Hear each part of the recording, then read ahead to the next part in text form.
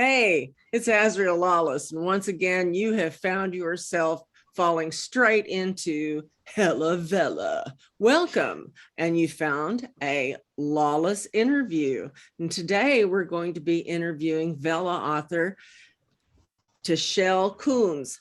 How are you doing today, Teshelle? Say hi.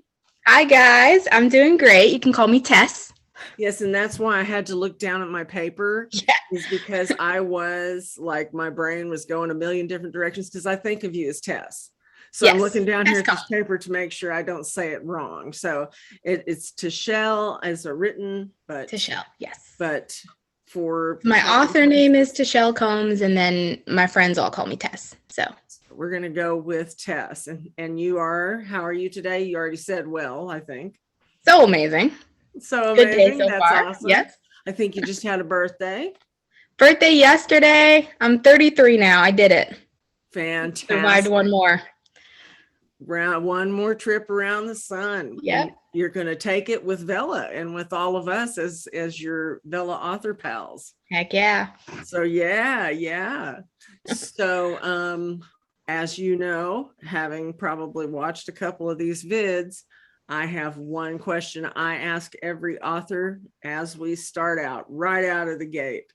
So, when did you start writing? When did you know you were a storyteller and acted on that?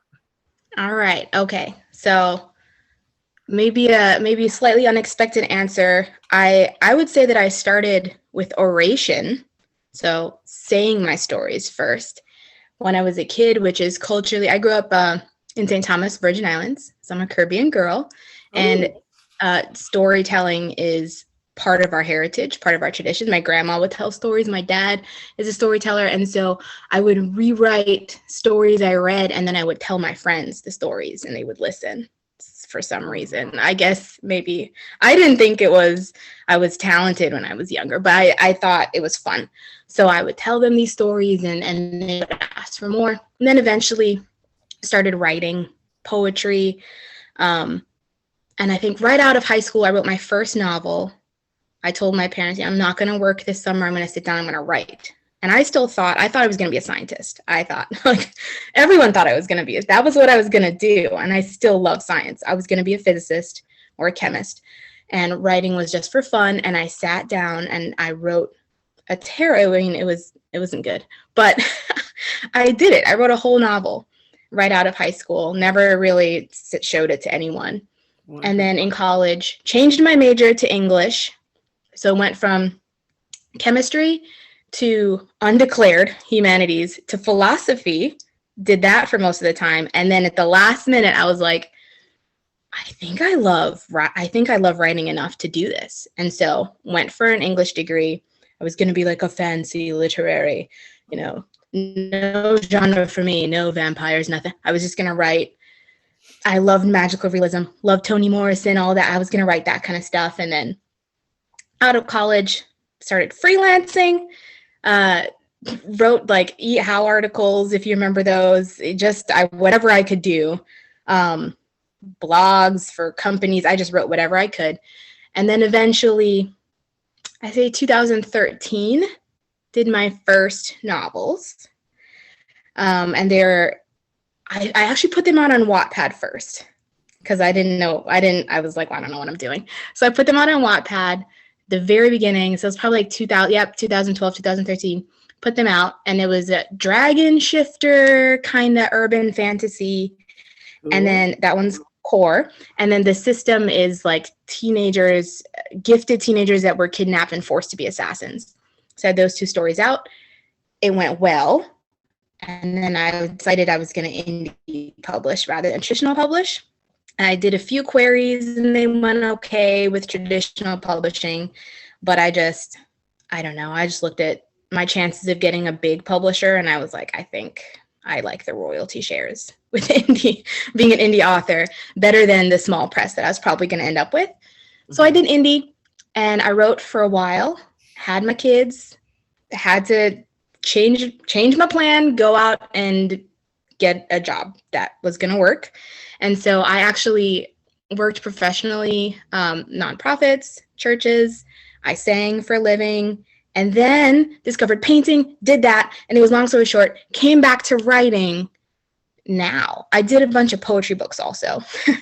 Those didn't make me a lot of money, but they were fun. Goodness. Well, we're only talking about a lousy, like 9 years here. It seems like a long time though. Books that came out during this time. We've got you becoming a parent during this time, and then we've got you getting a full-time job during this time. I think you've done enough. I think hasn't been like you've been standing still or anything. It's been a lot. And we homeschool the boys too. So do what? We homeschool the boys too. So they're got to do the There's two. There's more than one. There's my beautiful husband, without which I could do basically nothing. He edits my books, like worked as a professional editor, just doing indie authors for a while, edits my books, designs covers, produces the music. Like, he's a genius. He's a composer. I mean, oh, wonderful. There is no way I could keep up with my pace if he didn't do it with me. Right. So, right. And for free. Hang on. I know. I don't like it. I'm gonna have to drink some haterade on you now. Sorry, everybody. He's mine. So, all right. So 2013, you wrote some books and you did pretty well. And these were Dragon Shifter. I had some questions for you. Sure. Were these after you'd had some time to sort of think about how you could starve to death trying to be a literary writer and you decided to follow some tropes? Or did you just like naturally follow these tropes out of a desire to write Dragon Shifter stuff? Well, I realized that I should write what I read, and I really loved reading fantasy. I mean, I love dystopia, I love fantasy, and it's sort of in college they, I feel like they kind of have to tell you to take things seriously and do the literary thing. So once I realized I should write what I love, then that was easy. I let that go and I just started writing fantasy, dystopia, paranormal, anything like that is my jam. Okay. Mm-hmm. And so, but I just wanted to know, had you gone out, and you hadn't gone out at this point and studied the tropes to see what was doing well, or approached it from a business standpoint at all? I was curious about that. I did. I would go to Barnes and Noble and even just like what's at the top. What are people talking about?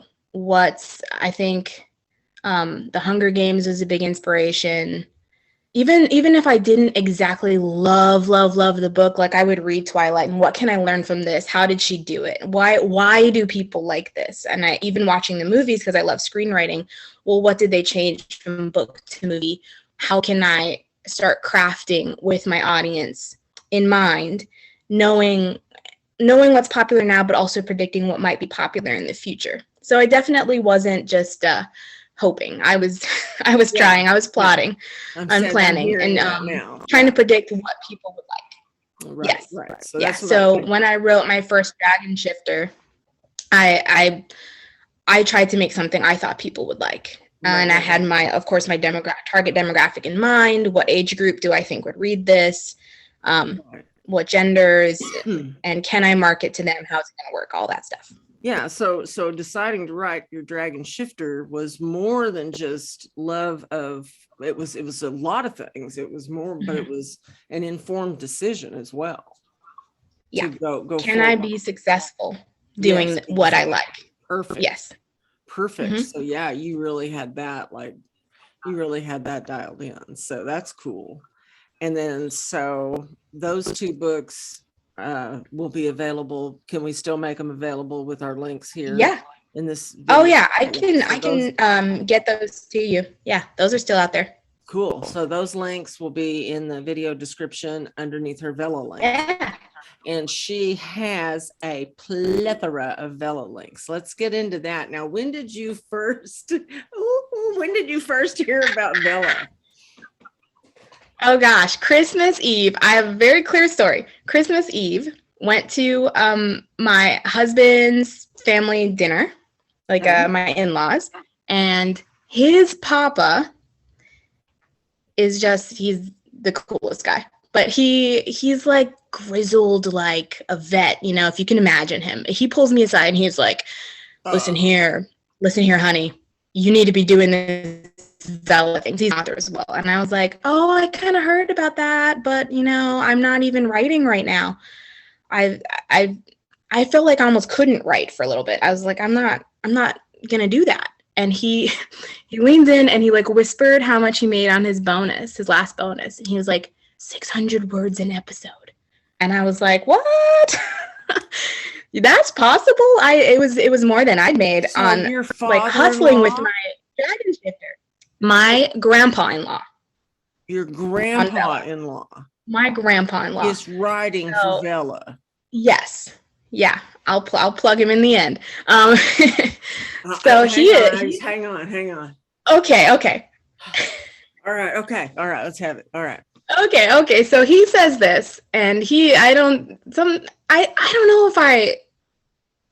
what's up with me, but I immediately go home and I can fixate really quickly. I'm like, let me see what's up. How do I do it? I Google it. I start looking. I find YouTube videos. Is it something that I could be good at, that I can be successful at while I enjoy doing it? At this point, my readership is gone. Like I haven't written in a while. Can I revive it? Can I get people into it? Can I find new readers? I think maybe I'll try. So that was Christmas Eve. By January 14th, I was with my first episodes out on Vella. So pretty quick, like I think I'm just going to do it, and went for it. So and that's how it started. My first bonus was great. And then I texted it to my papa, and he was like, oh, that's really good. I think you should do a second book immediately. And I was like, yes, sir. And it was? Second book, and that was it. Right. So I did the second book. Right. Gosh. That was before, so it had to be not even another month before my second Vella was out running. So two at once. And then I got my second bonus. Which one was first? The Slit Throat Saga. That's my baby. That's the first one. Throat Saga. You're cutting out a little bit. Saga. I think the recording was on my end. So if I repeat it, it's because of that. So folks, Slit Throat Saga. All right. Yes. So that was her first. That was my first. Then I started Tuck Me In. And these are books I've had like packed away in my brain for a long time that I just thought I wasn't going to write. Tuck Me In. Then I realized with my second bonus, oh my gosh, Combs, you can do this. And it's like all the limitations just were gone. I realized there's nothing stopping me from doing really well on this platform. No, if somebody's going to so I should go. You can do it. Yeah, I can do it. Yeah. There's nothing stopping me now. So all it takes is to improve and to put out more content, put out more content. So then now I have 5 a few months later. You have 5. So what was the third one we've got so far? We've got Slit Throat Saga, and we've got Tuck Me In. What was Tuck Me In? And then it was The Underglow. So that's another one of my absolute favorites. It's my vampire story. Okay. And then Call Me Muse, which is a little different. That's nonfiction, and that's like a glimpse inside of my brain, inside of my thoughts, and how I view the world. So I'm really proud of that one. Call Me Muse. And then the last one just came out. Yeah, I think I saw when you only have 3 episodes on. So whenever you're, I think it's 5 on the young ones. The young ones, okay.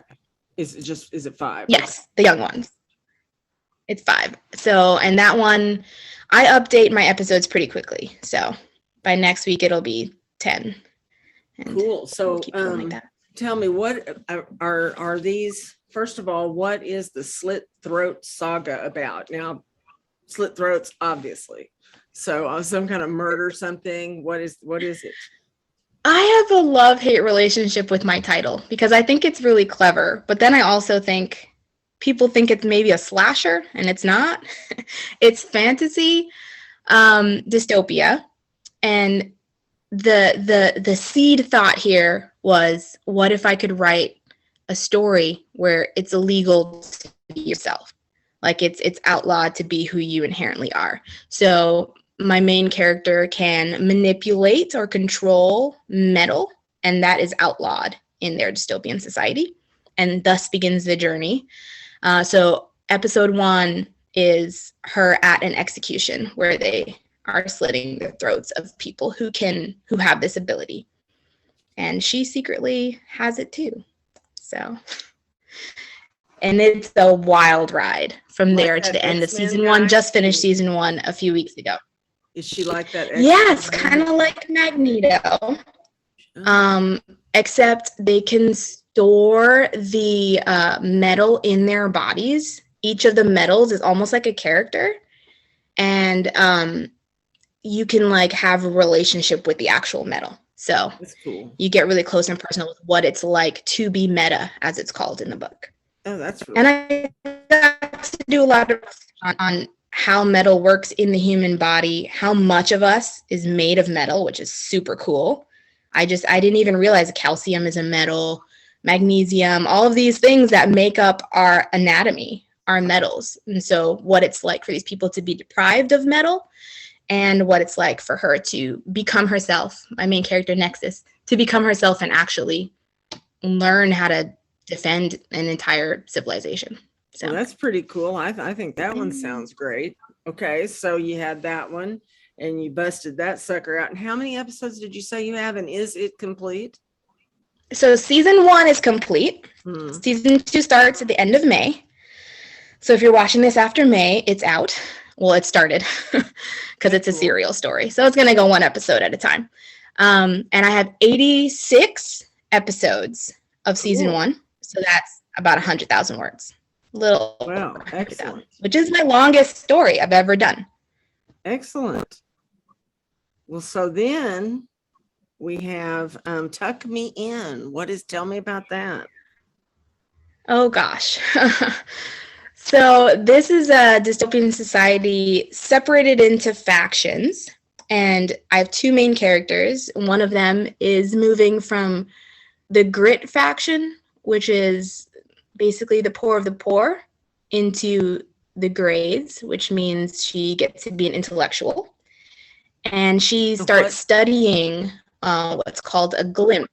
She starts studying what is that? What's called a glimpse, which is someone who is from Grit to Grade. So she gets to grade people, and she gets to study glimpses. Yes, grade, like a report card. She gets to study glimpses, which are people separated from society for their beauty, and they're adjusted through surgeries and other techniques constantly to become more beautiful for society. So it's like if you took 1984 and pulled Winston and Julia out and then paraded them around the capital of the Hunger Games. It's kind of like that. So wow. Thanks. I like that one. It's a struggle to write sometimes because it can be sad. Yes. And intense, but it's really good, I think. Yes. Well, it still sounds really good. It sounds like it might even be kind of complicated to write. If that's what it is complicated to write. Yeah. It is. I can see that, at least from a writer's that one makes me. It would be fascinating too. Yeah, I work hard on that one. So that one's called Tuck Me In, like that, Mm-hmm. like that. And then we have The Underglow. Tell me about that one. Okay, this one, I think, because this is now my 3rd, so I've been working on my pitch as I've been writing. Let me see if I can do it in 1 sentence. You can do this. Okay. A nonverbal Victorian era young woman starts an underground railroad for enslaved vampires. Okay. That's it. A Victorian So, era nonverbal woman starts an underground railroad for vampires. enslaved vampires. Yeah. Nonverbal what? Nonverbal, just nonverbal. Nonverbal. She's like Helen Keller. She doesn't speak. Or not like Helen Keller because she's not blind, but she's like just she's a mute. She's not She on doesn't the autism speak. scale. You could say that she would be on the spectrum. I would say. Okay, so if she's on the spectrum, I think I'd say that, kid. Oh yeah? Because even though in a Victorian, yeah, there wasn't a spectrum there. Right. Even so, it would be applying today's now filter to, and that's like a whole, man, you're just opening up a whole tapestry of work there to apply today's filters of understanding about mental, not I'm not calling it an illness. I'm saying neurodivergence. So neurodiversity. Neurodivergence, as a matter of fact, yes. Or neurodiversity. Thank you. I'd forgotten that. And I gotcha. So you're applying today's neurodiverse filters onto yesterday's geniuses, but bringing them up. Oh, that's smart. But bringing them up in fictional characters and telling their story that way. Yes. And cool. the idea came from doing some work myself in present day and realizing that for a chunk of my childhood, I could have been classified as selectively mute. And I didn't know that was a thing that one could be. I was like, oh yeah, I just didn't talk no matter what in certain situations. I thought that was what happens sometimes. And so taking that idea and that experience and saying, what if I made a character who unashamedly is this way? And I love Orly because she is so powerful and brilliant and undeterrable. Even though she's in this world where it's not allowed to be so. She's also part of the wealthy class. So it's expected that she should now, be finished and polished and speak and be proper. And she really doesn't care. So she's pretty cool. And I'm sort of flipping this vampire trope and making the vampires enslaved. Rather than them being, of course, they're still mysterious and dangerous and really cool. But what would happen if society capitalized on this? And then what is society using them for? In some cases, servitude. In some cases, to handle their dirty business. And in some cases, for pleasure as well. So it depends on, it's sort of how most slavery works. You use them for whatever you would like, I guess. When did my main character, go ahead. No, I was waiting actually for your connection to catch up. You were going out a little bit there. Oh, okay. That's the Underglow. That's really cool. I love that. What I was going to ask is, had you ever seen the movie The Piano? Yes. Yeah, and that's wonderful. And that's a beautiful story. And it's in the same time period, except it's not dystopian. Right. That would be. Oh, and no vampires. I'm thinking Holly Hunter. I can't help it, Yes. And yes, definitely. Partly inspired by that movie, except taking it like even further as far as communication abilities. So Orly she doesn't write even. So there's no sign language. So challenging myself. Wow. So there's no. Is what I'm trying to do. Can I be a character who cannot sign, cannot write? No. And how does she organize an entire revolution from that position? So I don't know. Oh, it's been fun. It's really fun to write. Wow. That's inspiring. I adore writing it. I love it.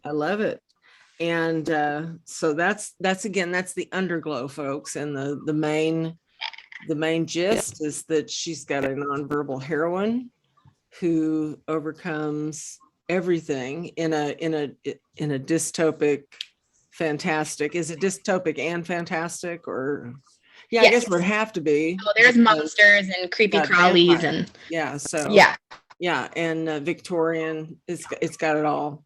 You don't have steampunk in there, do you? No. Okay. That would have been good. I'm like, dang. I was gonna be like, that'd be the only thing I could think of. That'd be cool. It would be cool. It would be cool. Yeah. I'm watching something that's steampunk. Let me think. What's it called? Oh my God. Oh yeah, that Dirty Black Bag.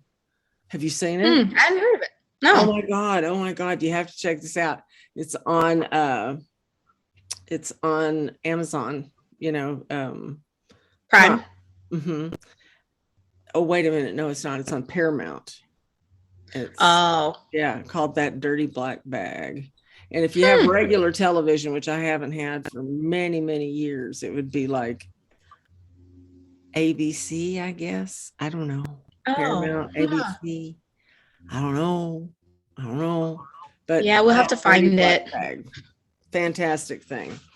And nice. It's got some weird steampunk elements to it. It's Western though, Have you noticed that there's a bunch of these Western things going on? That's one of my books. See, and me too. Yeah. Me too. I'm doing fantasy Western. And because it's now. And not just because it's now, I just thought of this thing. It's fun. And it's what I enjoy watching. It's what I enjoy reading, but you can't find what I like. So I'm just going to write what I like. You got to make it. You too. See, who's got that out there? Who's got a nonverbal person being a heroine, making an underground railroad for vampires? Well, you do. I do have some special sandwich, man, and nothing else will do. And I need me a nonverbal person making an underground railroad for vampires in Victoria. Making a big mess. Yep. In the Victorian era. Yes. I love that. I love that era too. Love the clothing of that era. Oh yeah. It's great. Oh my God. Did you see what's it called? The Gilded Age on HBO? Oh my God. I haven't been watching enough TV lately. No, you've been busy. Yeah. Because you just learned about this and you've been cranking hard. I've been working hard. You got to tell me the really good ones and I'll watch them. Yeah. The Gilded Age is done by the same dude who did Downton Abbey, Julian Stiles or whatever his name is. Okay. And all I was talking about was costumes, really. No, okay. Because it's really costumes, like up to the woo, they up there. Oh, yeah. Nines on the costumes. Boy, woo. It's a lot. Love that. Love to see those Victorian costumes, the corseted costumes. All squeezing all into there. Every last one of them. So I haven't made my main character squeeze into one yet, but she will, and she won't like it. No, she won't like it, but she's going to have to. No. Yep. Break them ribs, honey. That's what they did back then. She's going to have to get what she wants. She's going to have to go all the way there. Wow. Yep. So,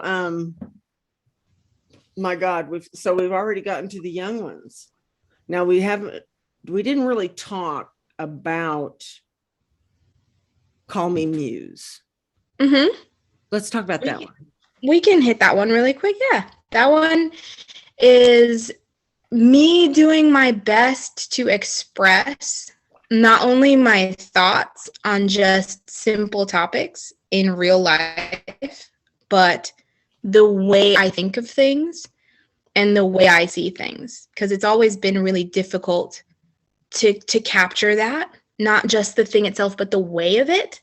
And so, of course, writing fantasy is a way to express this, but I've never been able to bring it to real life. How does the way I write fantasy translate into how I pour a cup of tea or what I think about when I see that it's raining? So I take these small moments and sort of, I just almost stream of consciousness explain how I see the world. So cool. So it's Tess's process is what it is. It's Tess's process. It's from, if I could put you behind my eyes so you could see and know, that's what I'm trying to do. And I was nervous putting it out because I don't know. I'm just like, what if people think I'm weird? Or it's boring. But so far I've gotten really positive feedback, which I'm really thankful for. And I've even had a few authors like message me and say it's for creative people. So I've had a few authors message me and say, this is part of my morning routine now. I'm going to sit down and have a nice slow morning and read this. And I was like, oh my God, it's happening. Is so wonderful. So, I love that. That's really encouraging. And I really love that.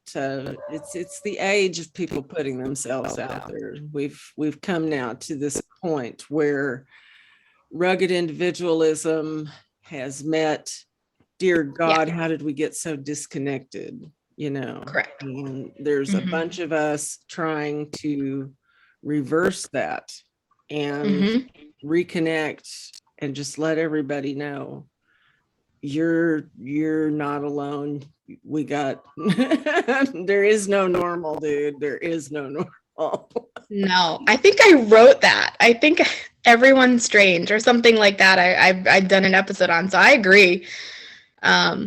And you're right. When we isolate like that, we start to think, well, it's just me in here and everyone's different doing something else. And I'm alone and I'm against the world.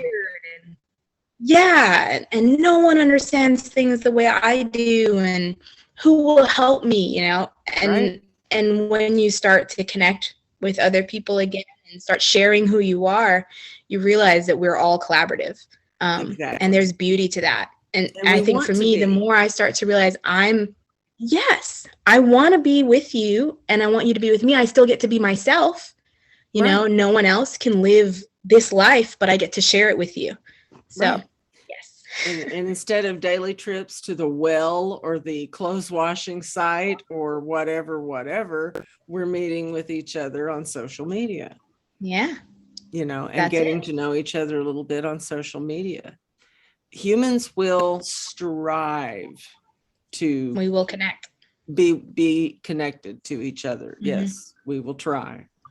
I think in large part anyway. So that's fantastic. So you really are an incredibly prolific writer to have come to all this since Christmas friggin' Eve of 2021. This is amazing. Now, who do you read? And we cannot leave out Pop or whatever he is, Grandpa or whatever you call him. Can't leave him out. Okay, I'll do him first. He is Nathan L. Combs. Nathan L. Combs. And Combs, same last name. Look at that. And he writes a couple, but I'll plug Wynter's War. Wynter with a Y, W-Y. Wynter's War. And that's dystopian as well. So it's not as fantastical as mine, but if you like a dystopia, you might like it. And he's doing pretty great on there. So I wish you could, we're going to comment and say like, Tess. I got to hit him up. Will he talk to me? Oh, sweet. I'll see. I'll see if he will. Just a second, hang on. He would be fun. He's a survivalist as well, so he's a very interesting guy. You would like to. Wynter's War. Yes. Nathan Combs. I'm looking. There he is. Now, dang it. There. Yep.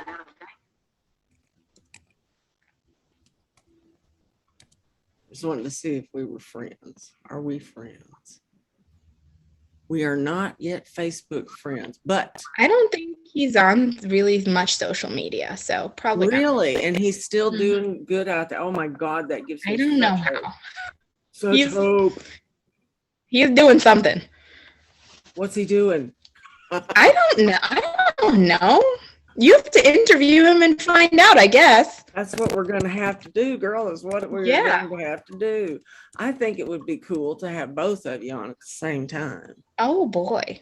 And see, I'm trying to find, I found Nathan Combs. Now, does he write Project Terminus Enigma also? No, that's a different Nathan Combs. Try Nathan L. Combs. He writes, I think it's called, with an L, Nathan and then L Combs. He writes Winter's War and Hybrid, I think are the two.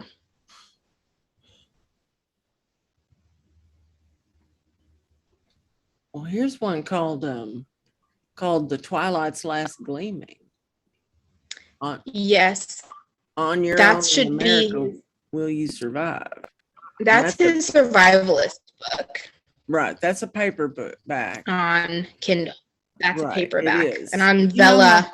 You know how hard it is to search for a Vella. So we're going to stop that one right there. We will have a link to I'll send you the link. Right. We'll have a link to his work in the video descriptions here. So back to you. And what else besides his stuff interests you out here? All right. I'm enjoying the Fern and the Rose by Andrew Hicks. That one's really like magical realism. It's a really beautiful story. I think more people should read it. Yes. It's like it's profound for sure. So that one I recommend, and also Marielle Hunt, the Sea Rose, and she's coming out with some new stuff. But we chat a lot, and I think she's pretty darn smart. So you guys should look out for her. She's going to be doing stuff. What's the name for Vella? The Sea Rose. Cool. Yeah, she has a new one coming out that's just titled Mermaid.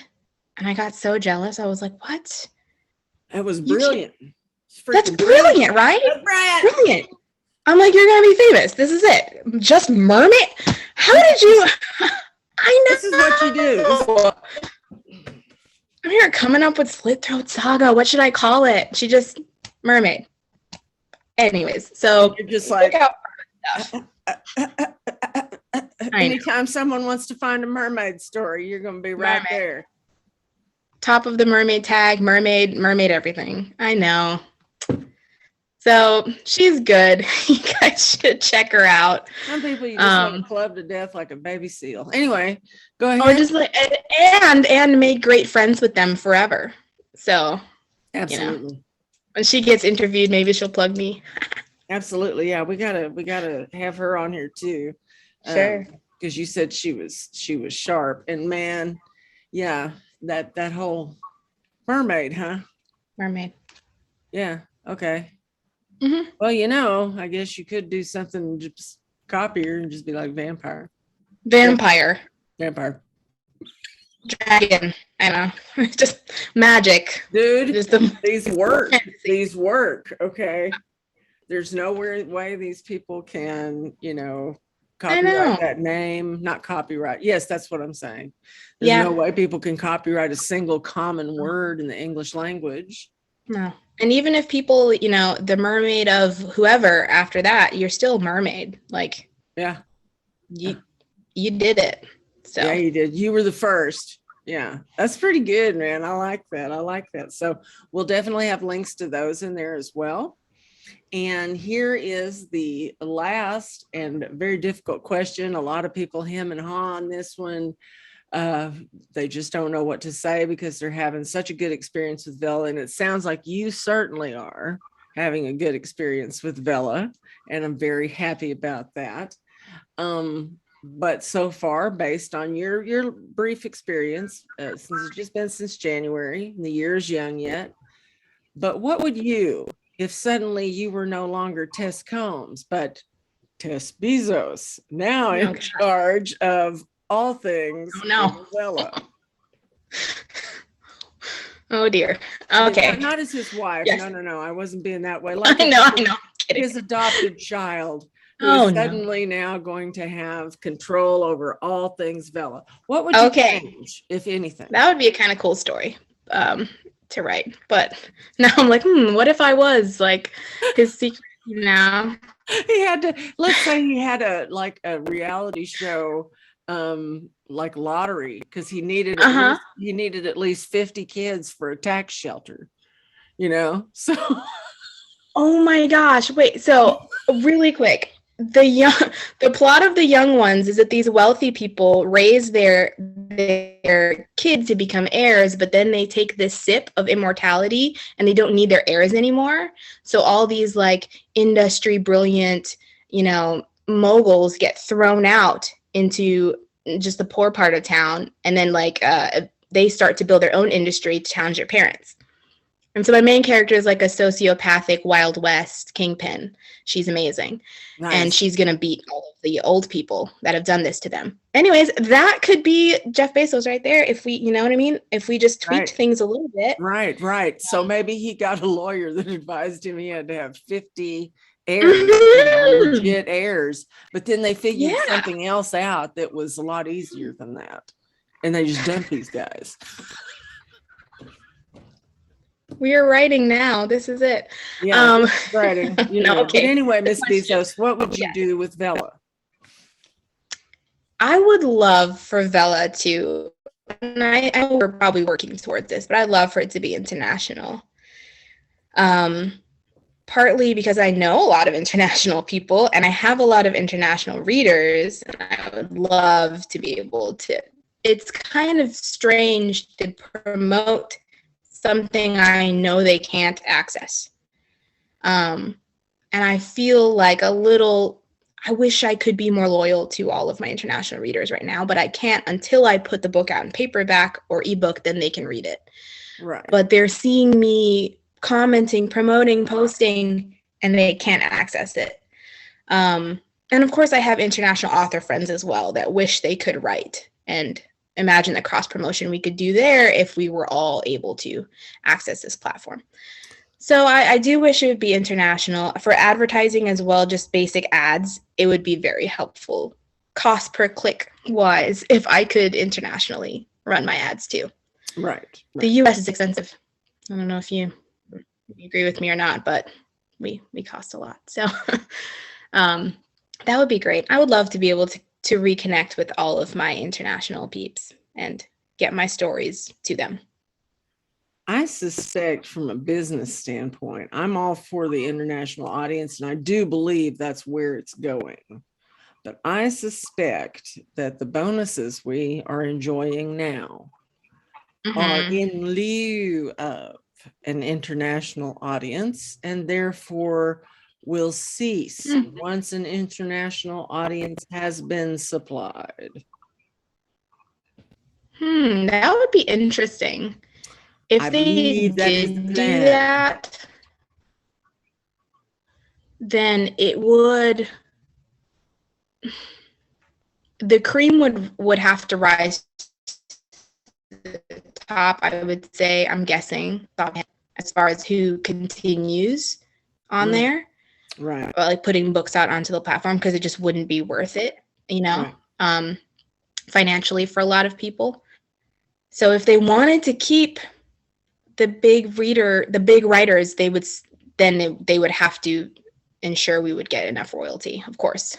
But right, that's where providing the international audience comes from, and basically then we're going to let the market tell us who's who here. The market. And once can do that, then you can legit stop those bonuses, and then I don't know if I want that to stop. I wouldn't mind it stopping, because if I was still making money, of course, but then I think I could more easily determine how I'm making money, because the bonuses are a little murky, So we're all kind of guessing, like, did I do good this? Every time I come, I'm like, I don't know. Yeah. What happened? It's good, I guess. Right. Do it again? I don't know. And you can't. There's a formula. So at least I could count. I could be like, this is how I got my money. Yeah. Secret. And I think once they turn it into the market, then you can translate that into readers, right? What does that say on there? Oh, it says bacon on there. What does that cup say?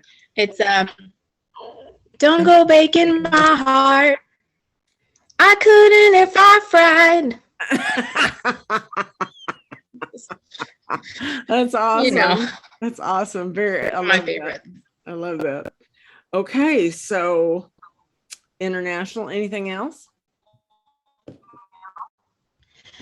I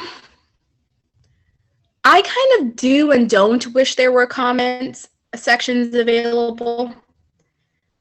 I think it could get messy, but it would also be kind of fun. It would be. So I don't know if I wish that. It's like a genie wish right there. I could wish that and it could go. It's a tough It could not go well, but maybe it would be fun. That one's a Pandora's box, actually. Yes, exactly. I could wish that and like a month later be like, please take it away. Yeah. This is terrible. So what do you think about the comments that we've gotten? The new ability to make, not comments, I'm sorry, the new ability to do like a reader poll. A poll. We have now as authors. The polls are good. At least I have some kind of way to talk to readers directly. They are fun to make as far as seeing what people think. They are, if you're putting out a lot of content like I am, sometimes it can get tiring to keep coming up with like interesting polls, like ideas, and actually physically typing them can take time. So I try to, because I write so much. Have you used it yet?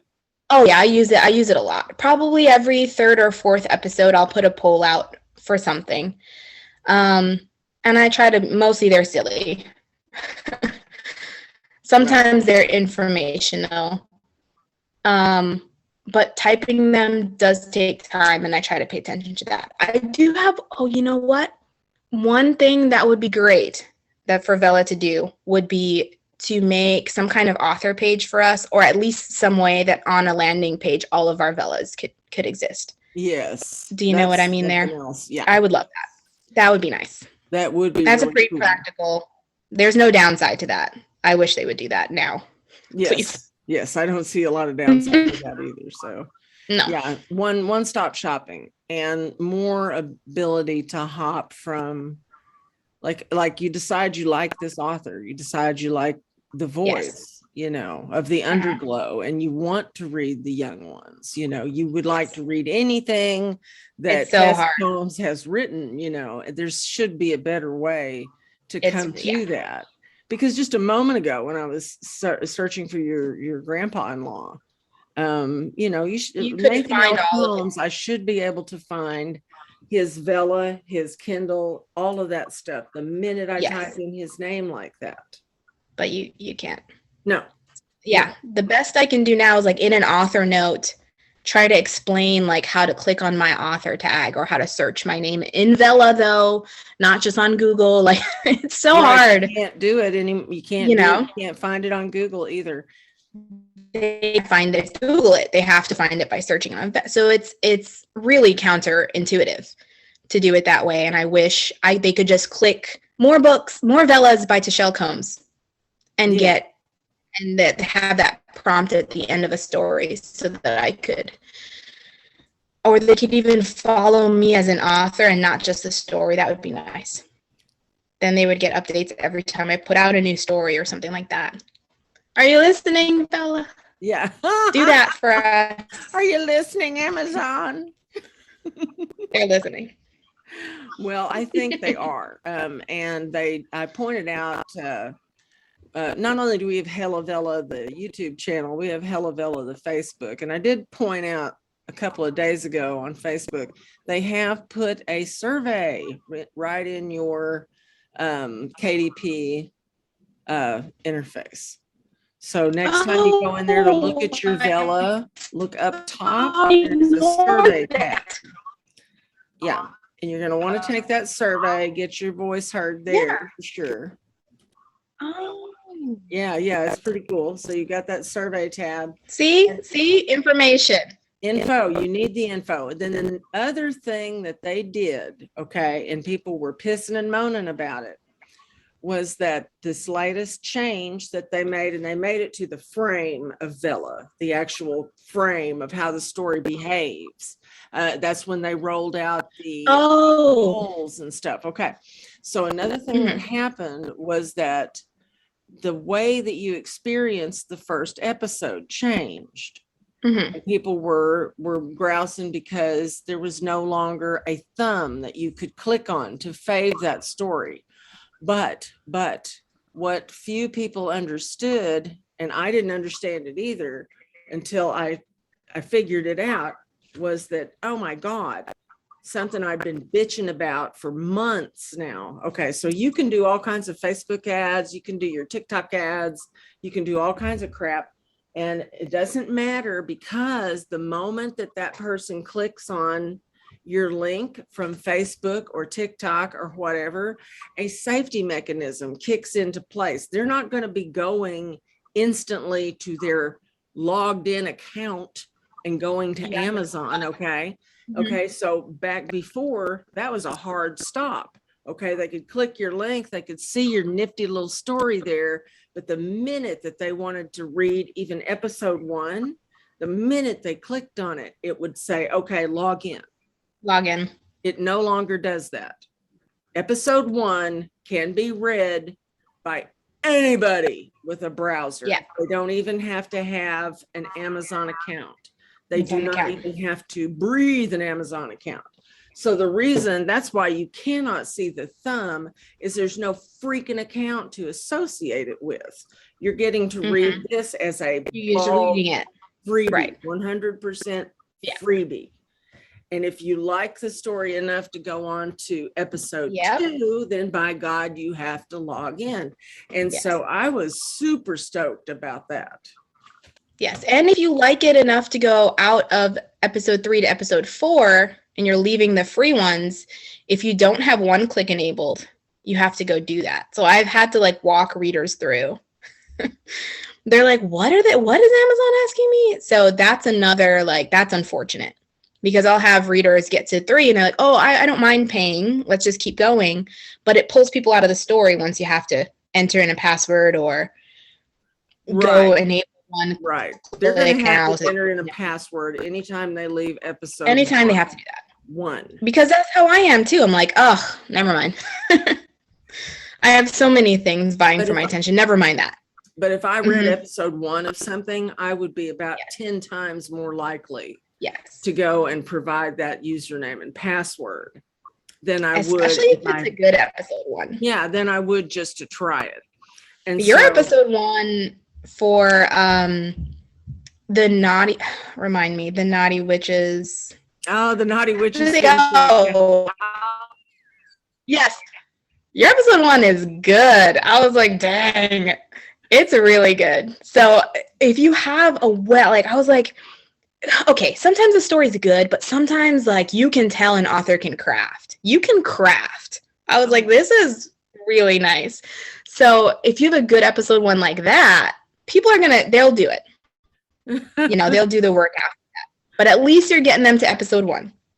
Oh, yes. And if I can hook you, that was what I was going to say. And then that is going to really put the onus on the author.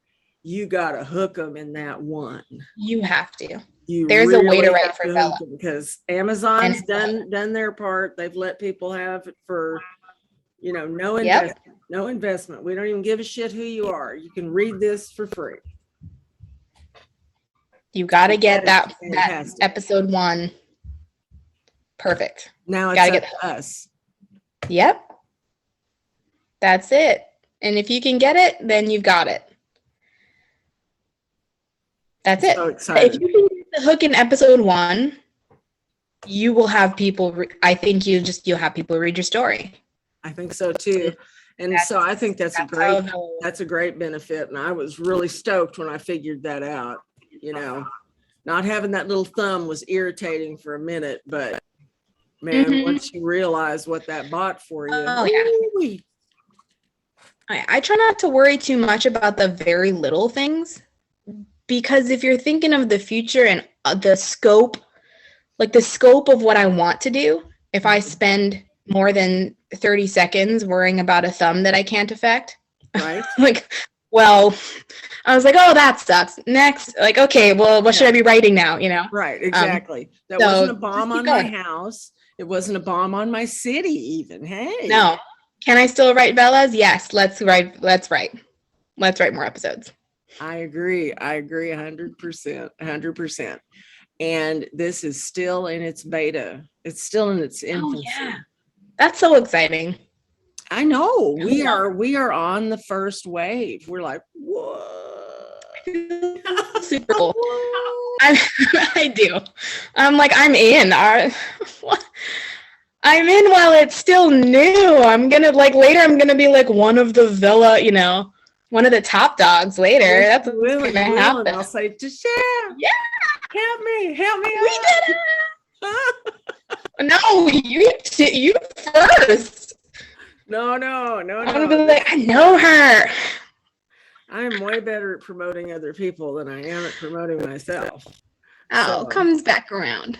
Yeah, I think so. Karmically, I think so. There'll be a lot of you who are just great people, and people just, even when you're big stuff, you won't really know your big stuff, and yeah. Have you seen a Vella out there called Chew? Yes. Yes, Naomi Alt. She thinks she's just nothing special. Yeah. I'm gonna have her on the show here real soon. Oh, good.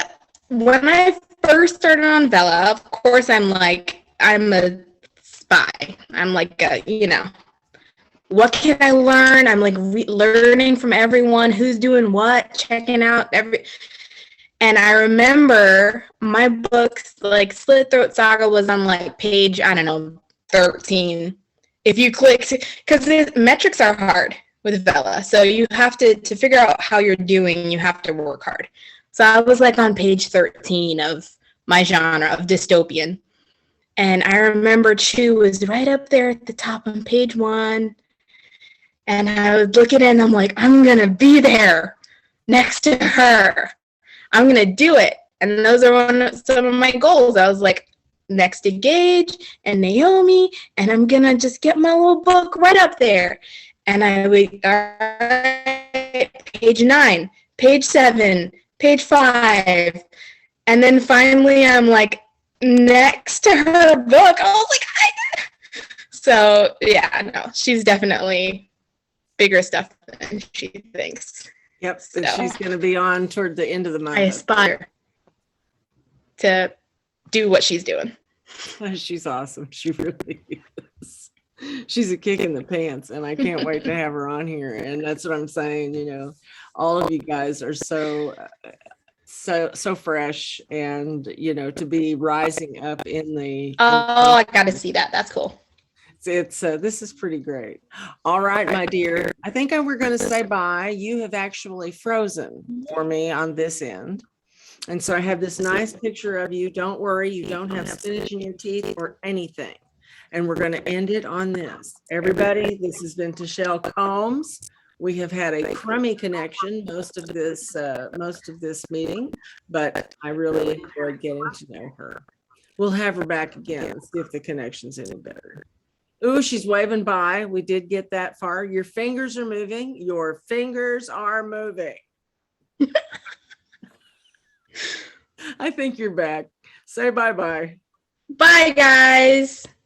Take it easy. Thank you so much. Been another Lawless interview, this time with Teshelle Combs. Don't forget her.